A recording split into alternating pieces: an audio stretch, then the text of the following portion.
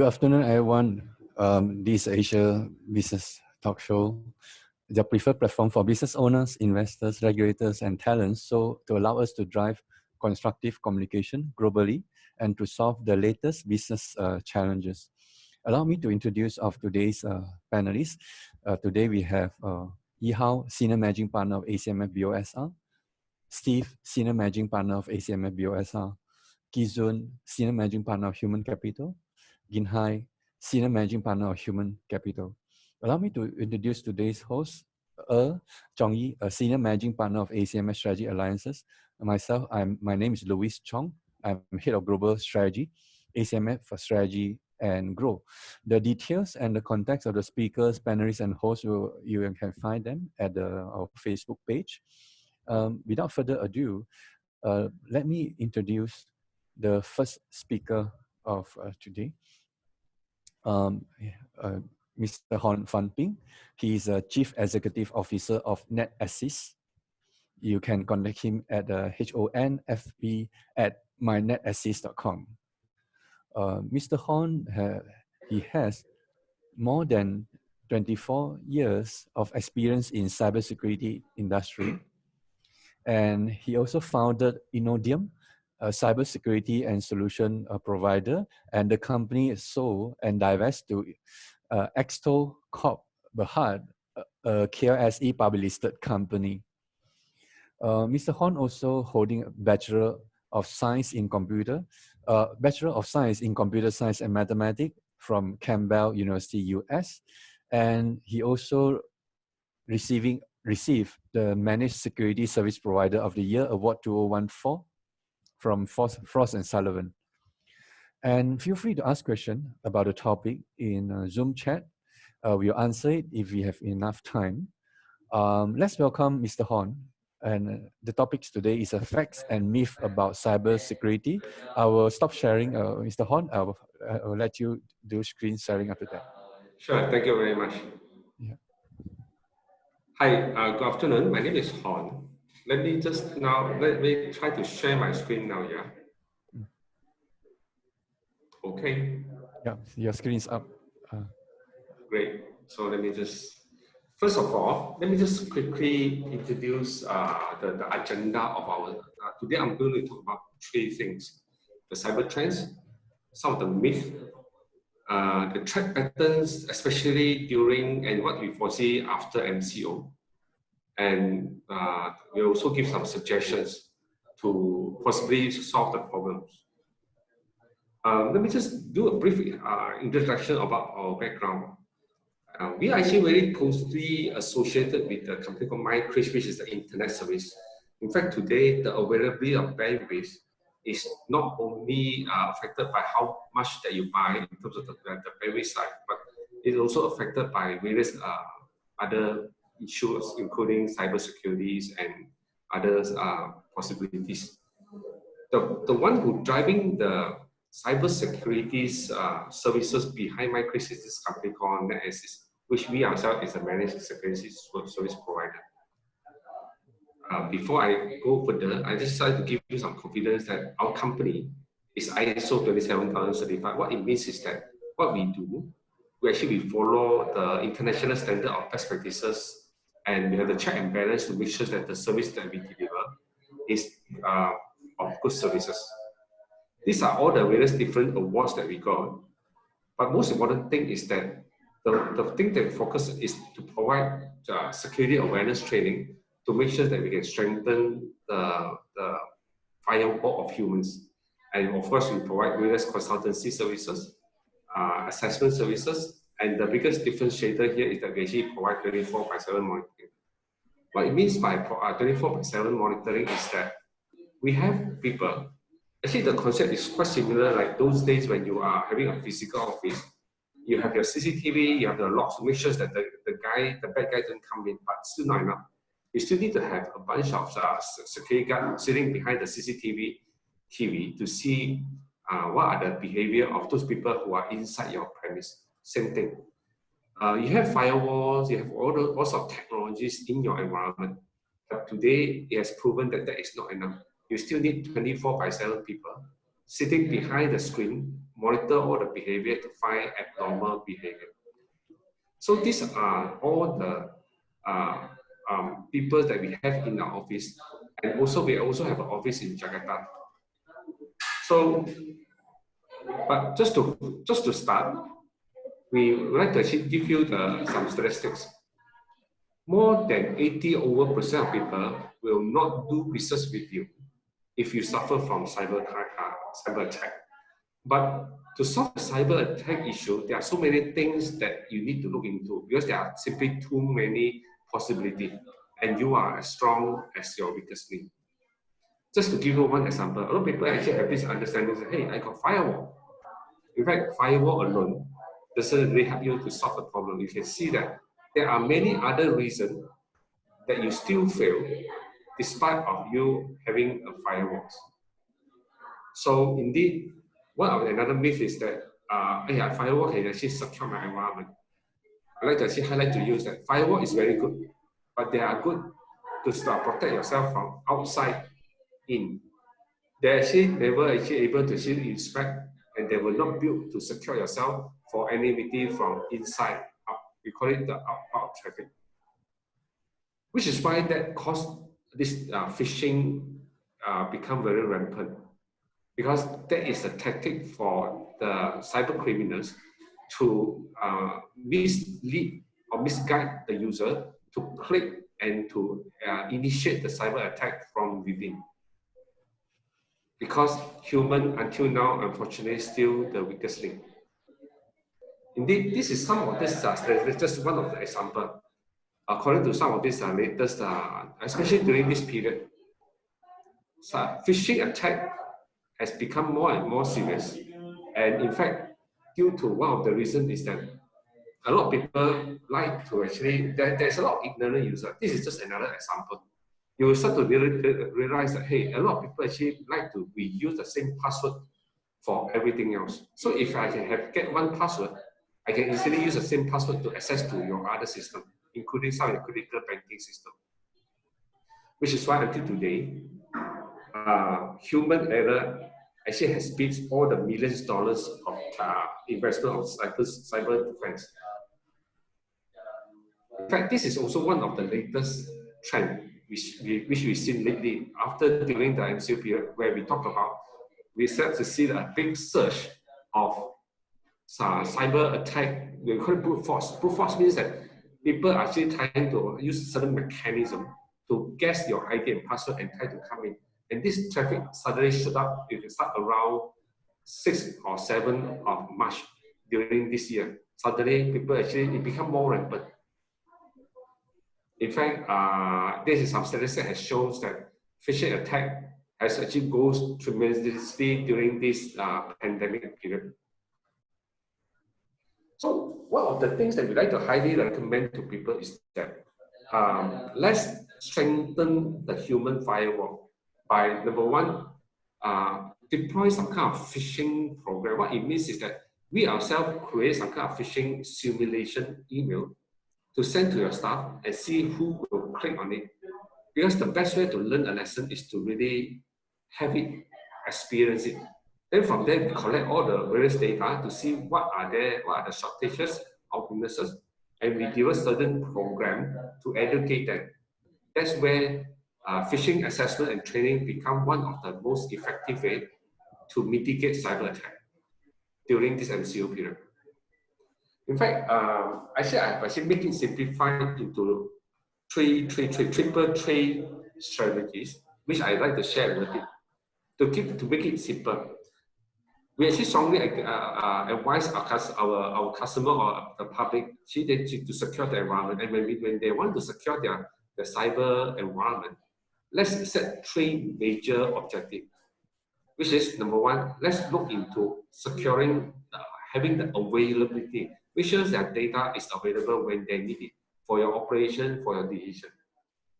And then when we actually have the data available, we want to make sure that the integrity of the data is being maintained. What it means is that when we got the data, we want to make sure that it has not been unauthorized to change, it has not been changed by someone else. That means that it's a genuine data.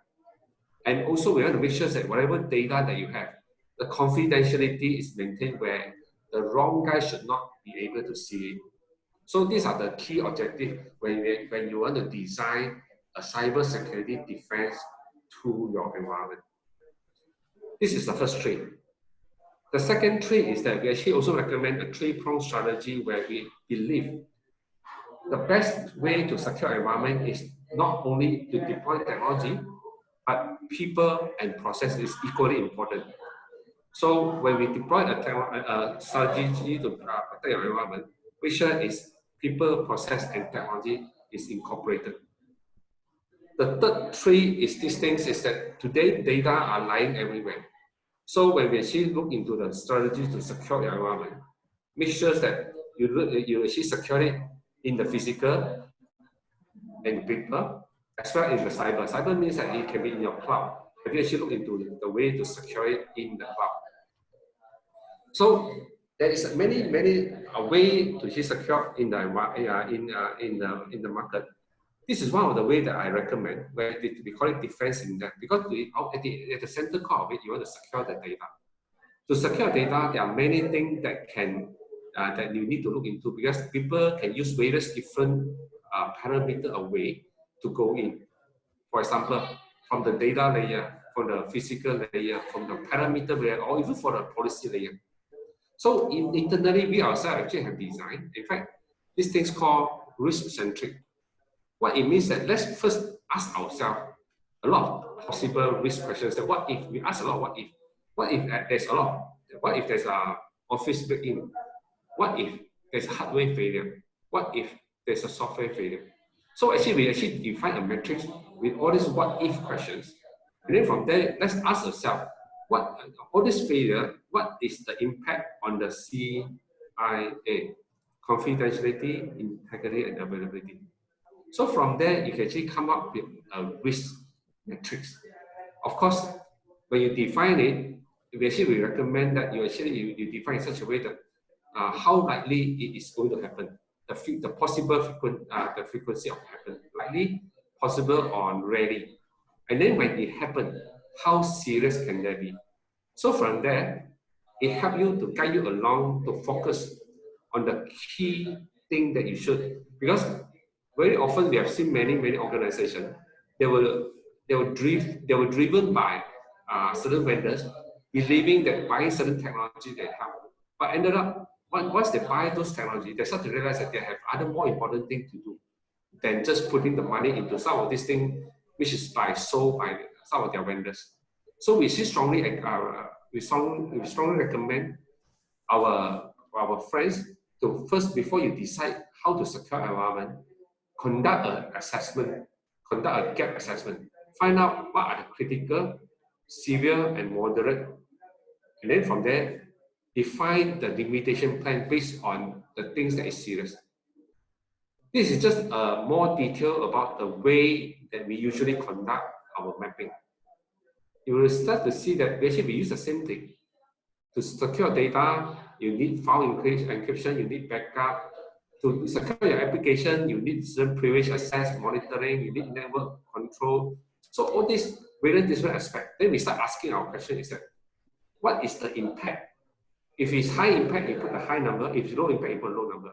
Impact of confidentiality, integrity, and availability. That's where you calculate the value by multiplying it. Then from there, by multiplying it with the possible likelihood, that's where it gives you the risk value. With that, then you have a systematic way to find out and focus on the thing that you should focus, because money is, of course, never enough. Let's put the money into the things that is most critical, your most critical asset. That will guide you along to actually help you to secure your environment. So this is just some further explanation of what is meant by critical, what is not critical, what is low, and what is the likelihood. With that, then you come up the type of risk, high risk, low risk, or insignificant. So from there, I hope that I give you some idea today to start off from the basic, to relook into your environment and to see now with the limited budget that I have, I need to actually balance among the critical things and among other things that I need to invest to grow my business. Instead of being driven, being led by some of the vendors into believing certain technologies can help you from solving the problem. So in that case, to make it simplified, we strongly encourage after this assessment, look into the high risk, high possibility of happen, rather than putting your effort and energy into the low risk and low possibility. With that, I hope I have already give you some brief idea of the recommendation that moving forward, we shall actually use adopt this way. Thank you. Thank you, Mr. Hon. Thank you. Yeah, I would like to open to panelists to ask any question or any idea you would like to share. Mr. Hon, Yes. normally to my clients, when it comes to security, I generally recommend to them a good paid antivirus solution and training for their staff, and ideally back up to their data. Do you think that's a good starting point for most businesses to look at if they're just embarking on the road of trying to make their business more secure? I think that is the most logical way because number one, we are talking about the touch point.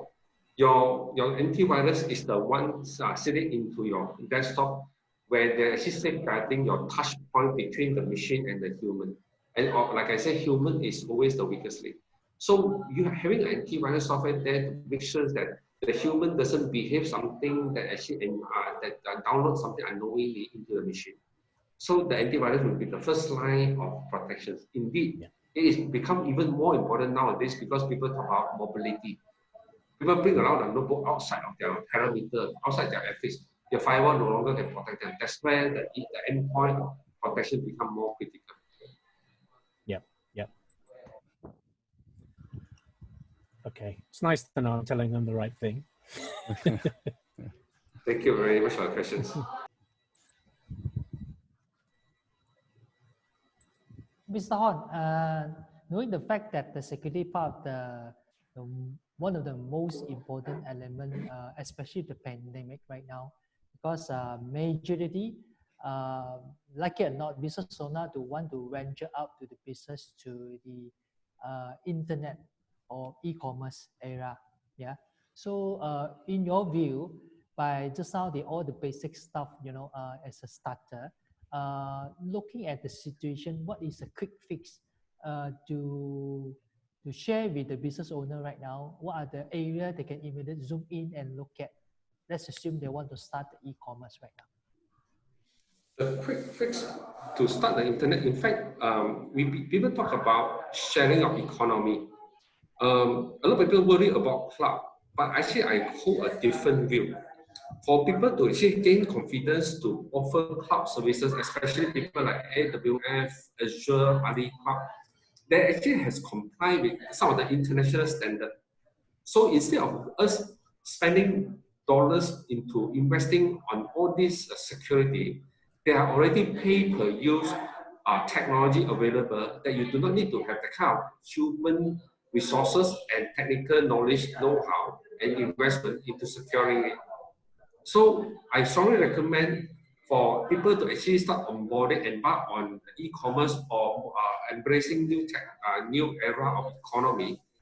Let's look into the sharing economy. What it means sharing economy of technology means that people invested, you just pay per use as and when you want. No longer you need to think, worry about hiring the right people to do the job. Let the people focus on their best and you focus on your core business. That's always my recommendation. Thanks, Mr. Hon. Hi, Mr. Hon. Kin Hai here from ASMF Human Capital. So just now what you said about human being the weakest link, I definitely agree. You can have all the rules in the world. People don't want to follow means you still have all the headache in the world as well. So just to follow on the thought just now about using gig workers and things like that, and then with add on with people working from home and all that. What would be the minimum you would say is required to keep data secure in these type of situations? The minimum to keep your environment secure is that knowing what is genuine. What it means is that nowadays people actually attacking you through email. Phishing is one of the, in fact, it's the top threat now. So having the awareness to receiving the email and verify is this a genuine email, the knowledge itself can help you tremendously free from avoiding yourself into such phishing attack and scam, because like which we have seen, ransomware or all this scam uh, actually all started because they send an email to invite you to click into certain link so that you can actually start unknowingly communicating with some malicious site and then get yourself being compromised, either being remotely taken over or being encrypted for unnecessary ransomware. So knowledge is the one core thing that we always like to talk. But of course, number two is that if you have further budget, look into other investment to, let's say, monitor your environment to see whether is there any abnormal behavior, investing into certain technologies to make sure that you have to back up yourself in locally just in case things do happen. So those are the critical things that you need to do. But one step at a time, knowledge is power. Have the knowledge, you save yourself from a lot of trouble. Yeah, Right. Mr. Hon, Thanks.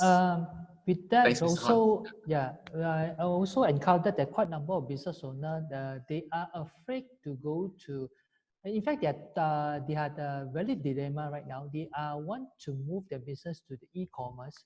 At the same time, they worry about security, particularly on the, let's just say, how about to tackle my corporate information is leaking to somewhere else if I, if I move everything work from home.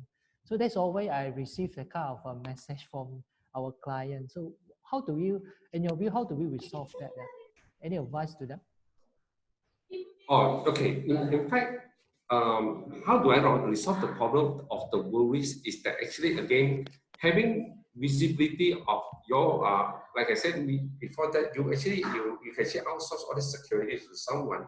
But on the other hand, you worry about whether is this guy who we outsource to, they themselves is a good guy or bad guy. Oh, yes. So which is why, yeah, which is why in the cybersecurity industry, I think they already have a very complete ecosystem where you can actually look for those vendors who have the third-party certification justifying that these are the people who has gone through some third-party audit and certification, and to justify that whatever they do is genuine and they follow the best practices. They themselves is a good guy. So it's not, or else everybody will claim that they are good guys. So which is why the certification to look into the people, all those vendors who actually deliver service to you, is to actually have the third-party justification to understand them better. And on top of that, having enough of statistics to demonstrate to the bosses that doing because of cybersecurity and you stop some of the mission critical initiative, that will actually is a not effective way because it's stopping you from innovate, and everybody talking about transformation innovation. The fact now is that everybody agree, most of them people agree. 70% of people will say that cybersecurity, because of cybersecurity, a lot of things initiated cannot be done. In fact, 30% also say that essentially has caused them to actually implement some of the mission critical things. But and also another thing is that you can see that more and more people believe that actually security is the hurdle to actually for people to actually embrace all this new initiative. The fact is that the world is changing. A lot of people start having a paradigm shift by looking at investment of cybersecurity as the business enabler. In fact, I always like to encourage the IT manager or the CISO or the CIO to actually turn things around to tell people that, okay, the investment of this cybersecurity is a business enabler. For example, if I am Mr. A and you are Mr. B, and two of us are competitors and we actually approach Mr. C to be our client, if I can convince Mr. C, hey, I am more serious about your data security, I invest more money to secure your data, I think Mr. C would prefer to do business with me than Mr. B, who do not bother about your security. So in that case, you actually turn turn cybersecurity investment into a business enabler rather than making it as one of the tools that eating up your operation costs. And whatever I say is not what I said, it's already a global trend now. Everybody is making this investment as an enabler. I hope I answer your questions. Hey, thanks, Mr. Hon. Yeah, you are. Hey, Thank you so Mr. much. Hon. Luis here. So probably my question is a bit about, sounds a bit like Matrix or Terminator movie, because the IoT and AI are already a trend. And I attended some talk and went to some overseas and things like that. When there's a group of AI folks from the AI consortium and all that, seems like things a bit, sometimes a bit scary. The tone and all that, but personally, from your perspective, how you think about AI, this thing, because how serious it can go if, let's say, it went bad. Okay, I am seeing AI as a good news to all of us, because being in cybersecurity industry, actually we are seeing a lot of traffics, and we need to do a lot of analysis. We hire a lot of people to actually look into abnormal behavior, but as it get more and more activity gone online, the amount of data is getting too huge, and people talk about big data. So then in that case, using human power alone to look into analytics simply is not possible anymore. So I'm a true believer of AI, where these are the way that we leverage on machines to learn all this analytics and let them do the job. In fact, they sometimes can do a better job, because they are more consistent than human in order to actually doing the detections. So about other portion of AI, I did not comment much because I'm not really expertise in other AI. But when it comes to cybersecurity, I have seen how AI have helped this industry to effectively monitoring the cyber attack as well as cutting costs. We are having a shortage of manpower for talent for cybersecurity. So by having the AI to be implemented, they can actually tremendously reduce the requirement of human to do all this analysis, and leaving human to do more other important things. So yeah, let's say this is a trend, and actually this is a trend. That's why our education system, to some extent, is not preparing the children or the young people for this new era, because it still remember the content and try to outbeat the examination scoring. I think AI can do better than all this, than any one of us. I think that any woman, they can study in very short period of time and score almost perfect. Correct. But I think I start to, I believe I have the confidence in all these academic universities. When I talk to some of the lecturers, actually they see that traditionally the way we produce the students are security, data analytics, AI are AI. So they are different two stream and different two skill. But the lecturers, the academics provider actually start seeing things differently. I have the confidence in them. Soon we should produce the kind of capability of people where they can use a cross breed of different technology to deliver the objective. Because we have a conversation with a lecturer and a PhD people that are doing this area education. They actually transforming the whole education system into more creative instead of data capturing and data reproduction. Just to get the score.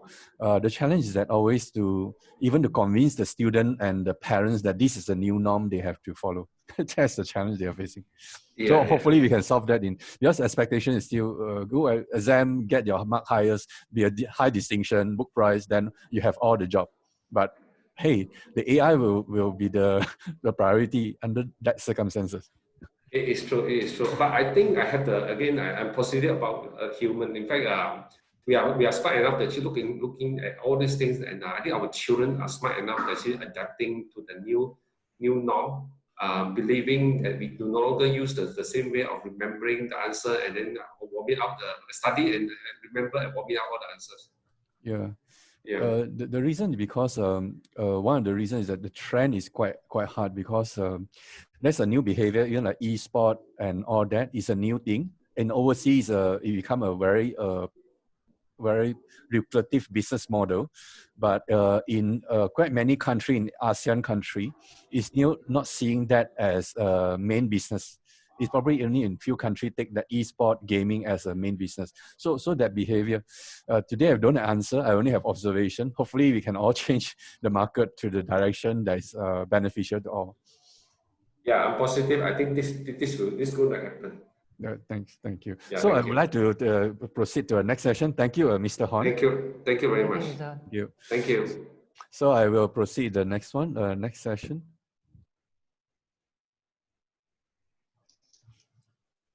Hi, Mr. Lewis. Yeah. How are you? How's everybody today? Good. Ferry, probably I will, Mr. Coach Ferry, I will go the second session on the crazy revenue model. Then after I pass it to you, Coach. Oh, sorry. Yeah, I'll share screen from my side now. Then I'll pass to Coach later. Okay. You guys see the screen on crazy revenue model? It is a Yes. screen. Yes, Yes. thank you. Yeah. Yeah. Crazy revenue model, basically the goal is support micro, small, and mid enterprises in Asia to explore additional potential revenue stream, which is extremely important in time like this, COVID-19, and the behavior of the consumer and the businesses change, work from home, and all that. So why we call it crazy revenue model is because either it's still new, or existing revenue model but not proven yet, or simply crazy that we all cannot accept it. So today this session is simply just to talk about it and see the viability of it, just to explore and brainstorm about it. So one of the revenue model we look at today is called lifestyle private residence for young working adult. What it means? These young working adult, their customer profile is this: they are about early 20s to early 30s, so we call them millennials. They are lower of the mid-income group, and they need to work from office and home now, thanks to COVID-19 and the challenges. And they love their privacy, and they need safe environment like zero robbery, theft problem at their housing area, and viral infection control is up to the requirement of the market norm. And they also, and the people that enjoy online entertainment and online games, and occasionally prefer home delivery of product and services. I observe the young people, they actually more than 90% home delivery of food instead of going out, and really not going out sometimes. It's already happening. And they prefer environmental friendly living. They love their planet Earth, and they prefer electric car if, let's say, they have a choice. So, but these are group people also have the challenge. They don't have enough money. They're still young, so they don't have enough saving, if they ever have enough saving.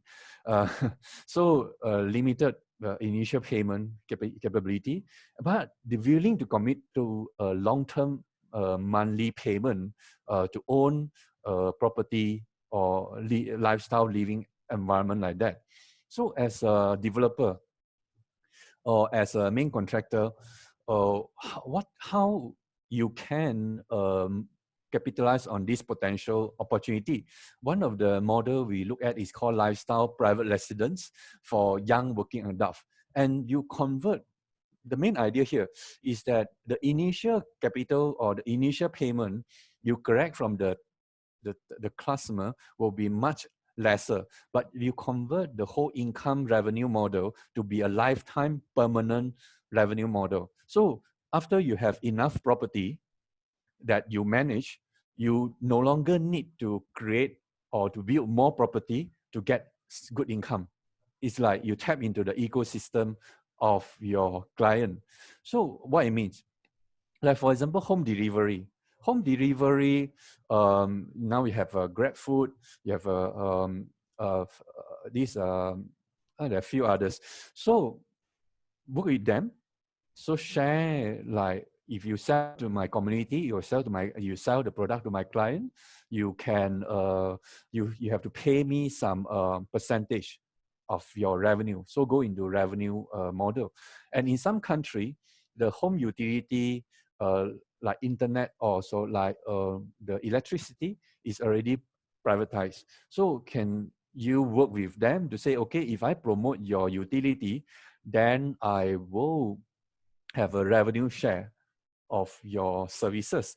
And of course, in some condition is that if let's say you're going to allow to switch different service provider, the last mile and all that, you might need to own it yourself if you're no longer sponsored by them. So is your local regulator allowed for that? That you have to verify. And the other one to look into is like more straightforward.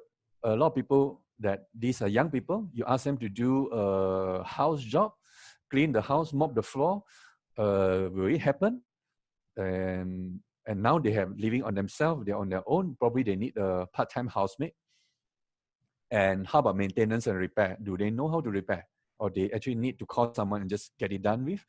And they love to have some comfortable environment. They want interior design and renovation.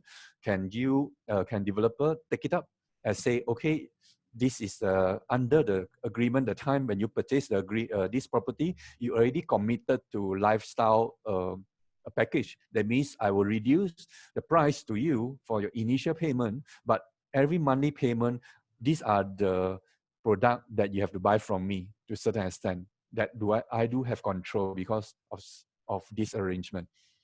And then the property owner or the property developer also now probably also is managing the whole property. So they also able to partners with some product or some merchant to promote some latest promotion for their residents.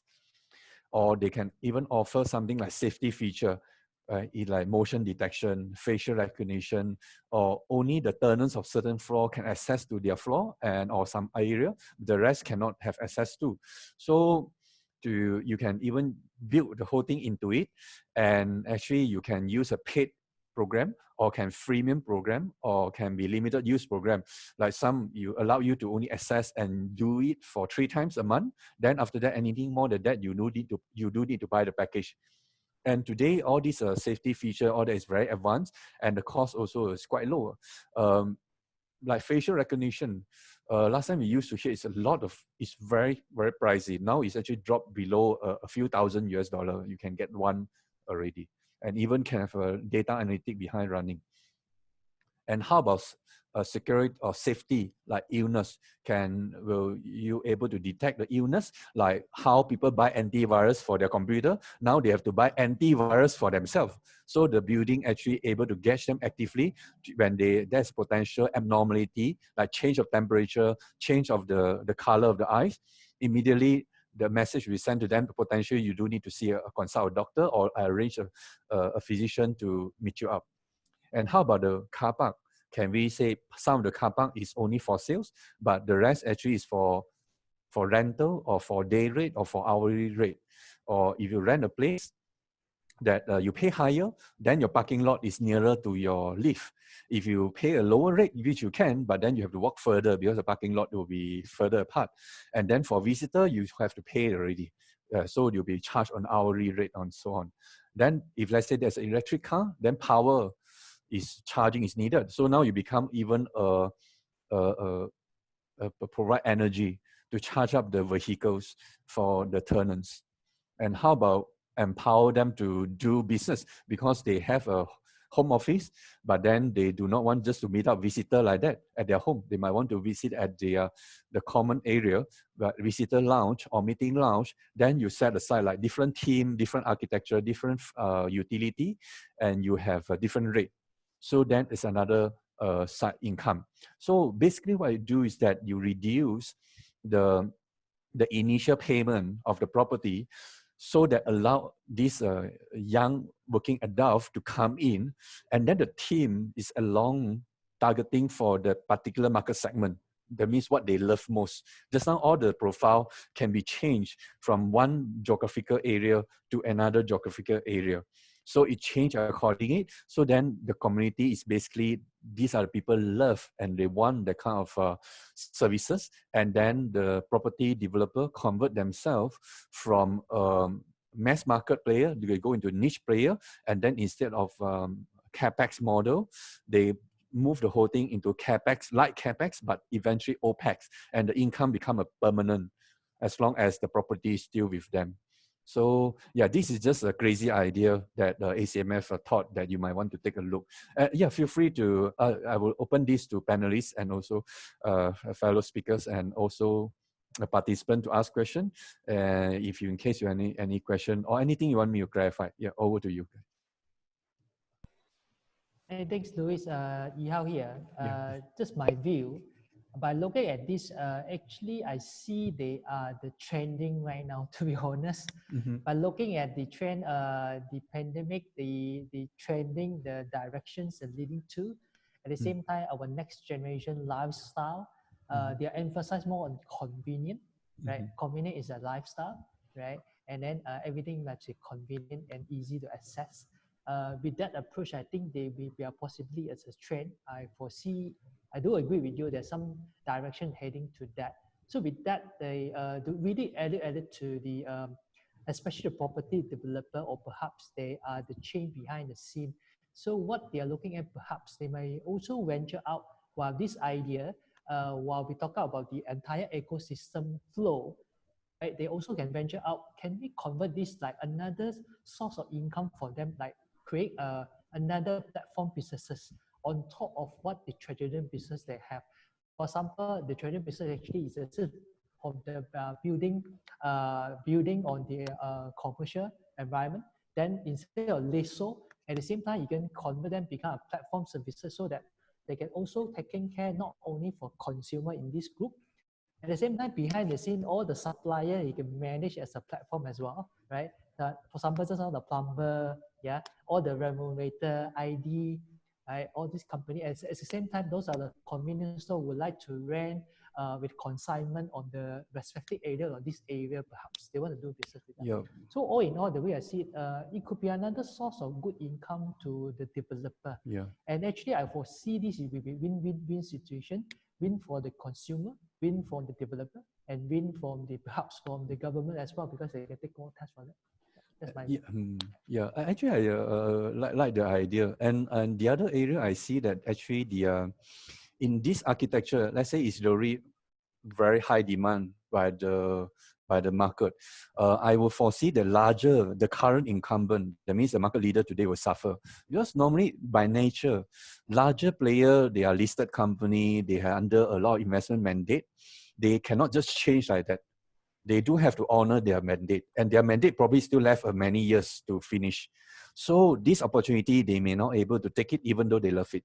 So the smaller developer will be the one usually they can take it up, because they can quickly look at the opportunity. Hey, this is opportunity now, that I quickly launch the product and sign up the client before everybody come in.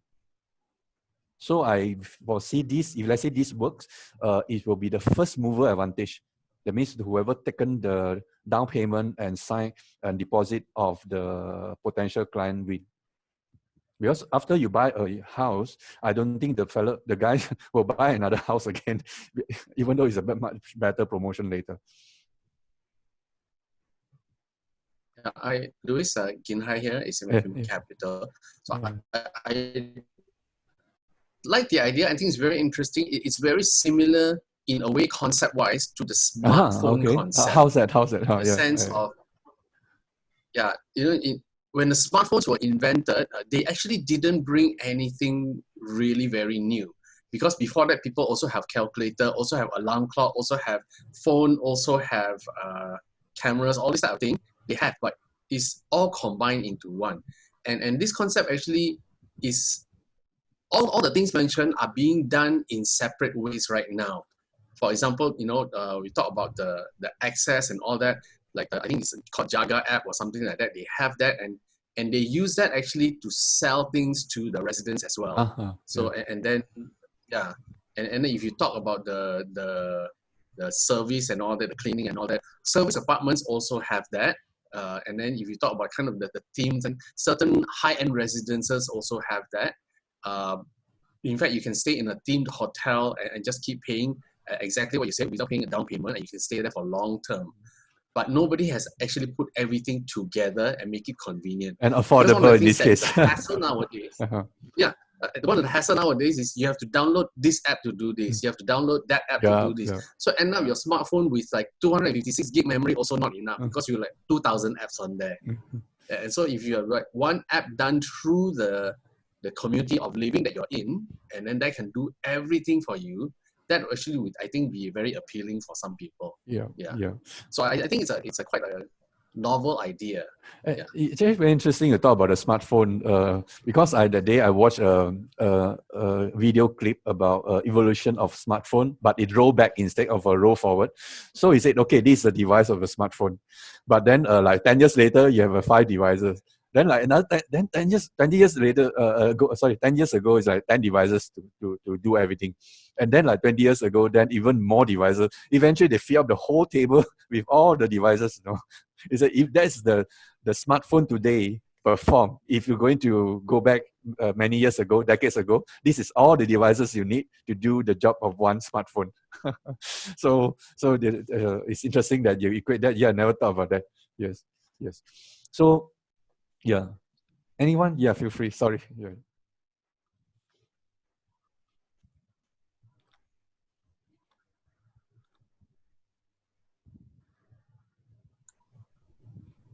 So I guess just to add on to that thought then is, what actually is the necessity of having people to make a big down payment, and then after that, then only they can start paying smaller payments? It's just convention, isn't it? Nothing else. Because in like I think US and all that, they have higher purchase agreements, even actually industrial equipment, all that we have leasing agreements, which they are like basically lease to own, right? They split the whole cost of it, somebody finances it, and then they just pay the whole installment until finish.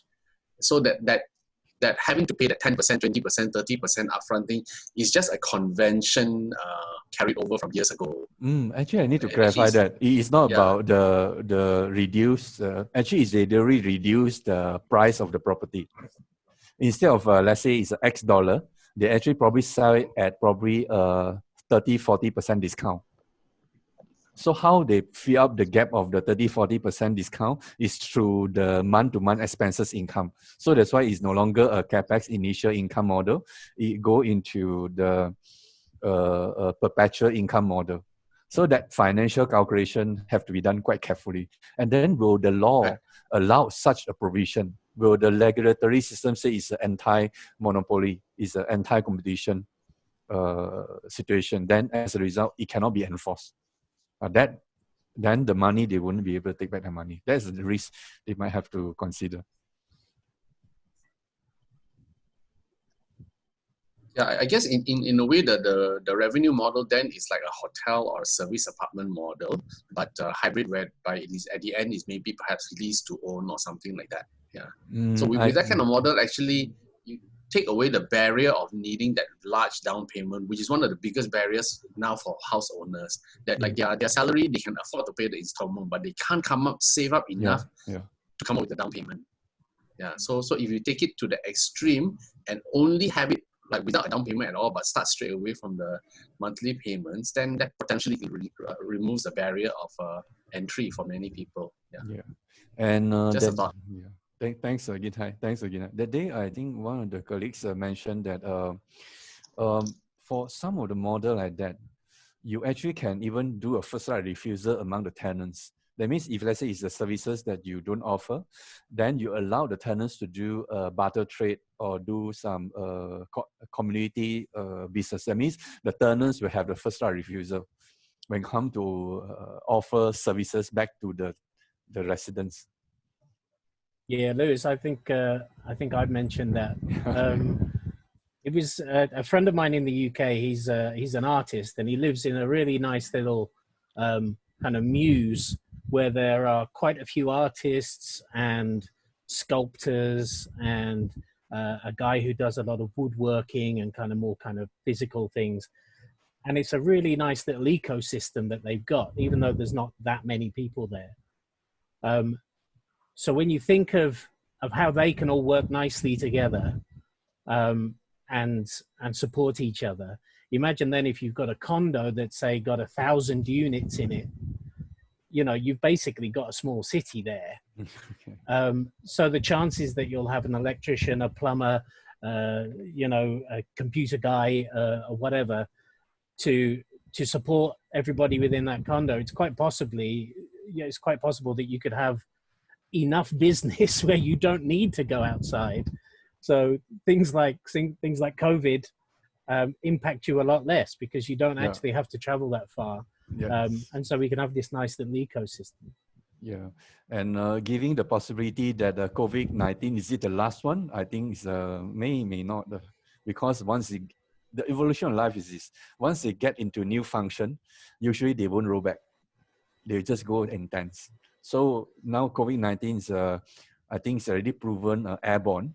Means what is the impact? Is someone a patient or someone ill if got this problem in the room, and then after the person left the room, basically within 20 minutes you go in, you still get the viral. That bad. Yeah, well, this is it. I mean, if we've got at least 12 months, if not many years worth of modified behavior to go. So that's just with COVID-19. If there's COVID 20, 21, 22, then this could be very different. But I think going back to what Yin Hai said, a lot of things that we do now seem to be just because that's the way it's always been done. It's not necessarily the best way to do things anymore. So I think a lot of business is learning that you can work from home quite effectively. You know, just because you can't see someone doesn't mean they're not working. You know, people still want to earn money. People still feel the responsibility of getting their job done. In fact, often they work harder if they're at home because they value the fact that they don't have to get stuck in traffic every day and pay for parking and do all these other things that make their life worse. Yeah, quite a consistent feedback that I received from friends that actually working from home, they end up working 10-20% more. Even at 8 p.m. or 9 p.m., they still have to work. Because now you cannot say, okay, I'm home, I have to go home, so bye, I see you tomorrow. That is the downside. I used to work from home when I was in the UK, and there were more than one occasions where you'd have to work all night because you didn't have the excuse that you needed to go home. You were already there. Yes. So that can be the other side to the sword. Yes. Yeah, thank you. Anyone want to ask anything? Or I read there's a question about the affordability. Yeah, the affordability is always an issue. Yes. Sorry, can I share something regarding the smartphone things? Yes, it's please. really interesting actually. Can you? Yeah, feel free to go ahead, please. No. Can you bring down your screen first? I want to share something. Okay, sure. Okay. Yeah, please go ahead. Yes.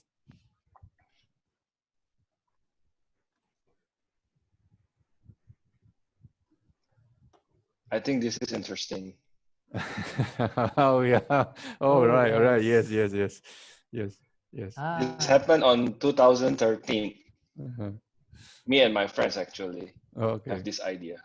Oh, so you guys done something about this? Yeah, something like that. Okay. Oh, so you guys put the devices together to compare to one iPhone, the power of one iPhone versus the old devices. Yeah. Luckily, we still have the Polaroid, the AMPS, the phone, and the Walkman at the time. And you look at the investment, the time, like the Palm, and then all this recording, and then it's a lot more expensive than just one iPhone, actually.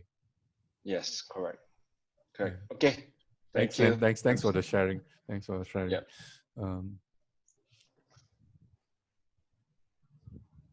Yeah. So yes, is from the Mr. Louis. Yeah, they don't have much purchasing power, or can they honor what they have committed? So that is a challenge actually. So we will let the developer have fun with that. Anyway, this is a crazy revenue model. We think it's something worth talking about. So take it on and let us know how it works out. And then if you need to do any brainstorming, please feel free to reach out to us. Yeah. So let me share the screen on this one. Okay. Okay, we do have a disclaimer. The lawyer asked us to do it. We have not done a 100% survey triangulation or the facts cover in the sharing, therefore error is potential. We have not validated the facts cover in the sharing with the local regulator and licensing requirement of all countries, therefore error is potential. The sharing is not recommendation for financial decision making. Please check with your advisor, coach, consultant, local regulator, and or qualified personnel to support your decision making. We would like to bring you a saying like, a company is like a boat that keeps sinking because of its fixed expenses, and sales revenue is the main reason to keep it afloat. So COVID-19 and financial crisis, it created a new world. Actually, it keep consistently repeated by many, many people that this is a new world, that floating mechanism like this from the past no longer useful. So there's a lot of uncertainty and how to continue business. So time like this will cause even a great market leaders like Nokia that time, Kodak that time, Blockbuster that time to fail, and then replaced by successful companies such as Apple, Canon, and Netflix. So we do have a business transformation solution to support micro, small, and mid-sized enterprises in Asia to develop and grow new revenue stream quickly. The investment could be very affordable, less than $1,000 US. So feel free to contact us at ABTS, Asia Business Talk Show at acmfgroup.com. I would like to introduce the next speaker, Coach Fiery, founder, CEO, and senior business coach of PT Saeta Global International. You can contact him at f.sudarpo@saetaconsult.com. So Mr. Coach Fiery is a certified business coach, and his core strength is business planning, business management, business development, business process improvement, business continuity. So feel free to ask questions about the topic of during the Zoom chat. And let's welcome Coach Fiery. The topic is the importance of managing working capital. So over to you, Mr. Fiery. Okay, actually, I want to talk about. Hi, everybody. My name is Coach Sudarpo. Sorry. Okay, I want to introduce myself first. I'm a senior business coach from Jakarta, Indonesia. Instead of being a business coach, I also a business owner actually. And I have several clients in a big city in Indonesia and Asian actually, such as Jakarta, Medan, Palembang, Surabaya, Makassar, Ho Chi Minh, Bangkok, and KL as well. Okay, today basically I want to talk about business after COVID-19. Business after COVID-19. Okay, this past 2 months, Indonesia start from the 2nd of March 2020, this pandemic start from 2nd March of 2020, changed a lot in our behavior and lifestyle, actually. Our life changed. We need to go out wearing a mask, and even though inside our house, I think we also, in several areas, we need to wear masks also. Friends also put a distance to us. We cannot chit-chat in the cafe, we cannot chit-chat in the restaurant, and even we have an online meeting now with Zoom or Hangout Meets or in any apps, something like that. Okay, after holding something, we also need to directly wash our hand with antibacterial tissue or water and soap. We also afraid of strangers. We are more egoistic and always scared to go public places actually. We are forced to work from home, and the problem is not every business can do it from home. Okay, not every business can do it from home. That's the biggest problem now. In Indonesia, I'm talking about Indonesia, yeah, because I'm staying in Indonesia, Jakarta. So in Indonesia, the population is 75% from the population working in informal sectors. Informal sectors here is like they are depend on daily basis income. So if they're not working, they will suffer. Actually, we want to lock down Indonesia last month, but we couldn't lock down because Indonesia government don't have enough data for these people who work in informal sectors. Okay, people start to do online business also, even if the business not suitable for it to do online. Let's say, like example is like aircon service. Okay, but if they cannot sell things from online, then they cannot sell services from online, but they do promote their business online. Now what happened in Indonesia? Yeah, the most important is people still remember them. I also talk to all my clients, don't shut down your business in this pandemic. Most of them want to shut down. They want to listen to what government said.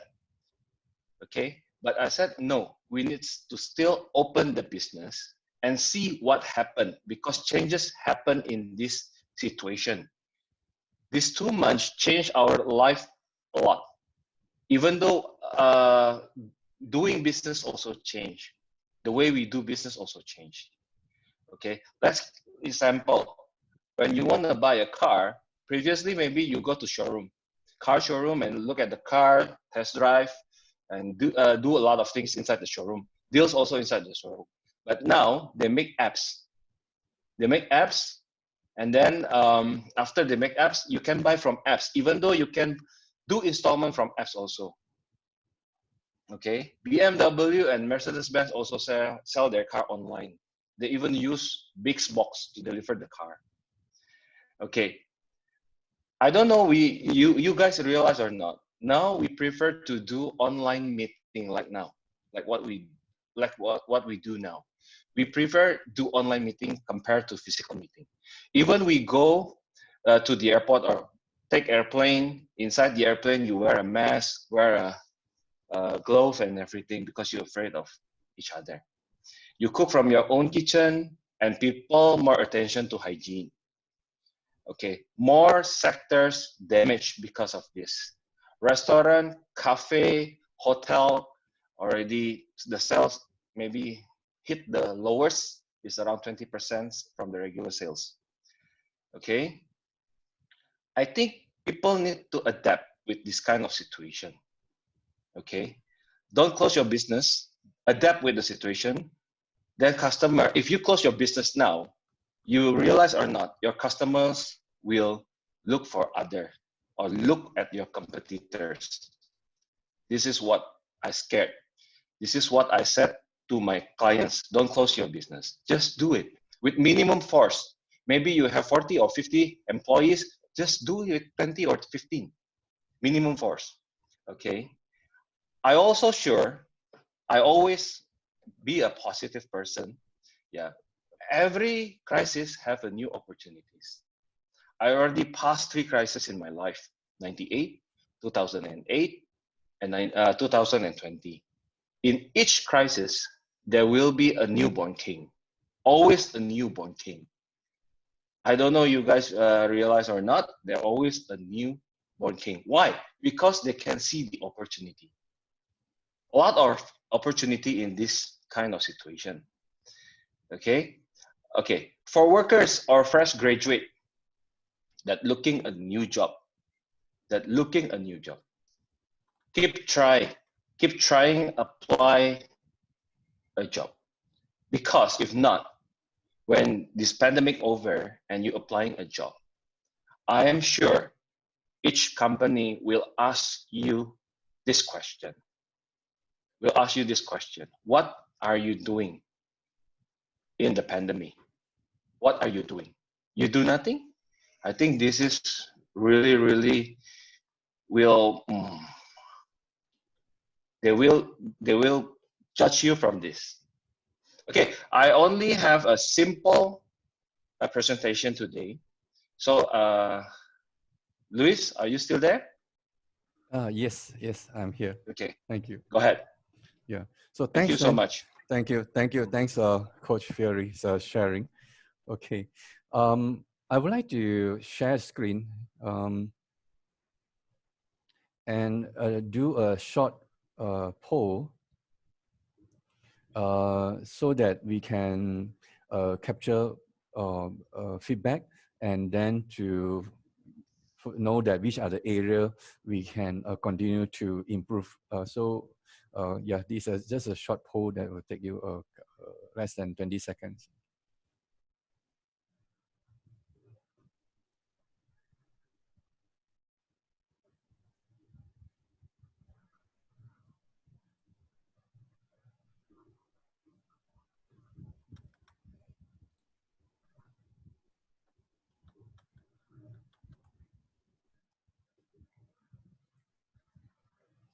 Okay, thank you very much.